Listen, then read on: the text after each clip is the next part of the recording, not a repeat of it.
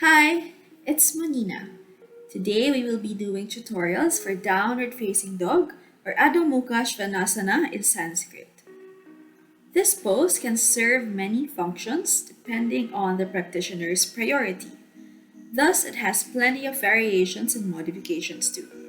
It can be taken as a spine balancing pose, as an active rest with the knees bent, a shoulder stretch and strengthener, an arm balance, a leg stretch and strengthener, and finally, as an entry, exit, or any part of transitions. And the most common of these would be the vinyasa, as I'm showing. Given that, you will look into 5 anatomical considerations for this pose this week. First would be the hands, second, the shoulders, third, the spine,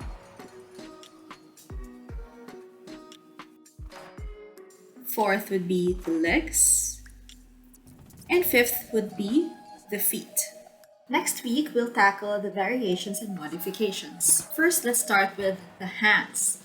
Since we're balancing on the hands, it's important to press the fingertips, the knuckles, and the base of the wrists onto the mat. If you're wondering where the fingers should be looking, find the rotation of the arms that works for you. For beginners, the usual cue would be index fingers forward. However, there are considerations in your arm anatomy that play a part in the arm's stability in down dog, such as your upper arm torsion. So since we are really just pushing ourselves away from the mat, don't get too caught up in any strict alignment cue and just push yourself with a stable torso in mind. How about the distance of the hands? Shoulders width apart or wider than shoulders width should be okay as long as the joints are stacked. Take note of your carrying angle too. The carrying angle of females are larger than of males, so shoulders width apart may not be applicable to all. Number 2, let's go to the shoulders. Check this out. This is called shoulder elevation. These are my shoulders in neutral, and this is called shoulder depression. Since we are pushing the torso and hips upward, it helps to elevate the shoulders in order to recruit more strength for pushing. Notice the shoulder blades. When we reach up, the scapula upwardly rotates too. So it's natural to let this action be than to draw the clavicle away from the ears. Keeping the shoulders away from the ears as we bear weight on the arms may contribute to shoulder impingement in the long run. So let's practice elevating the shoulders. In downward dog, we can practice shoulder shrugs. Here I am elevating and depressing. Elevating and depressing.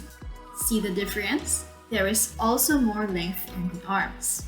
Number 3, we go to the most sensitive region, the spine. We call in cow pose, the back is arched and the tailbone reaches back. In cat, we have the opposite. Spine is round and the tailbone is inwards. In downward facing dog, we would like to keep the spine neutral. So we can start in tabletop and slowly press our way up and back. Modifying with the knees bent actually helps us prioritize the spine more, especially if there's a tug of war between the spine and the hamstrings.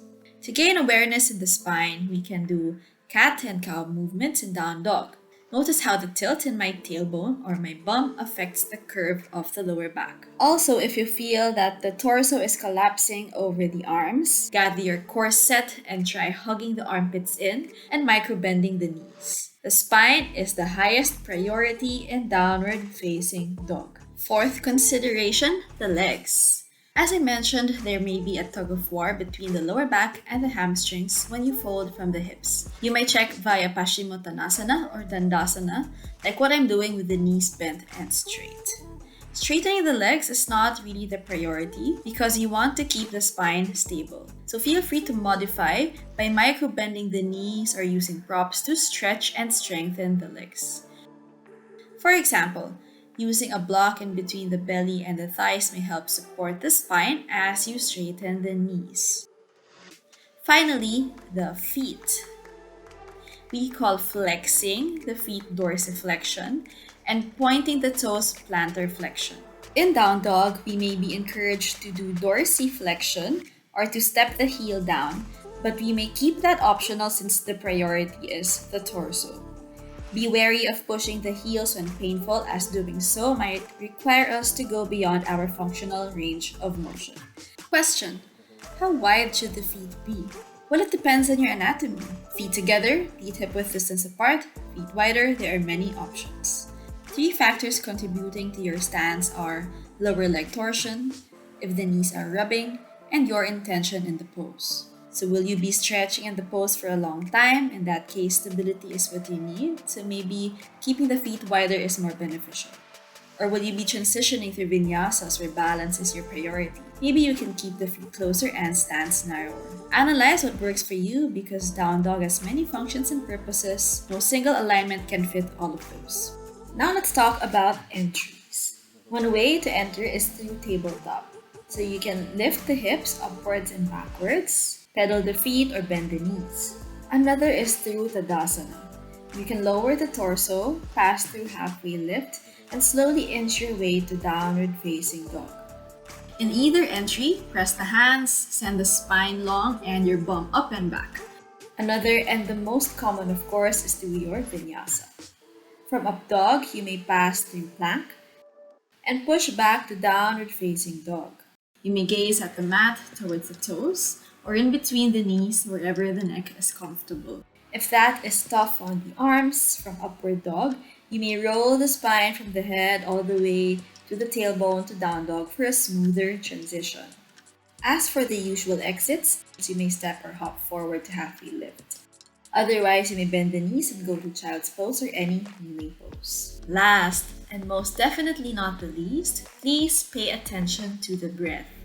Before and after practice, try to practice grounding and breath work to regulate your breath. A few minutes can set you up for success, and eventually you will bring your breathwork practice to your asanas, drills, and flows. And that's what I have for you today. Tune in next week as Arlene gives us the drills, breakdowns, modifications, and variations for downward facing dog. Till then,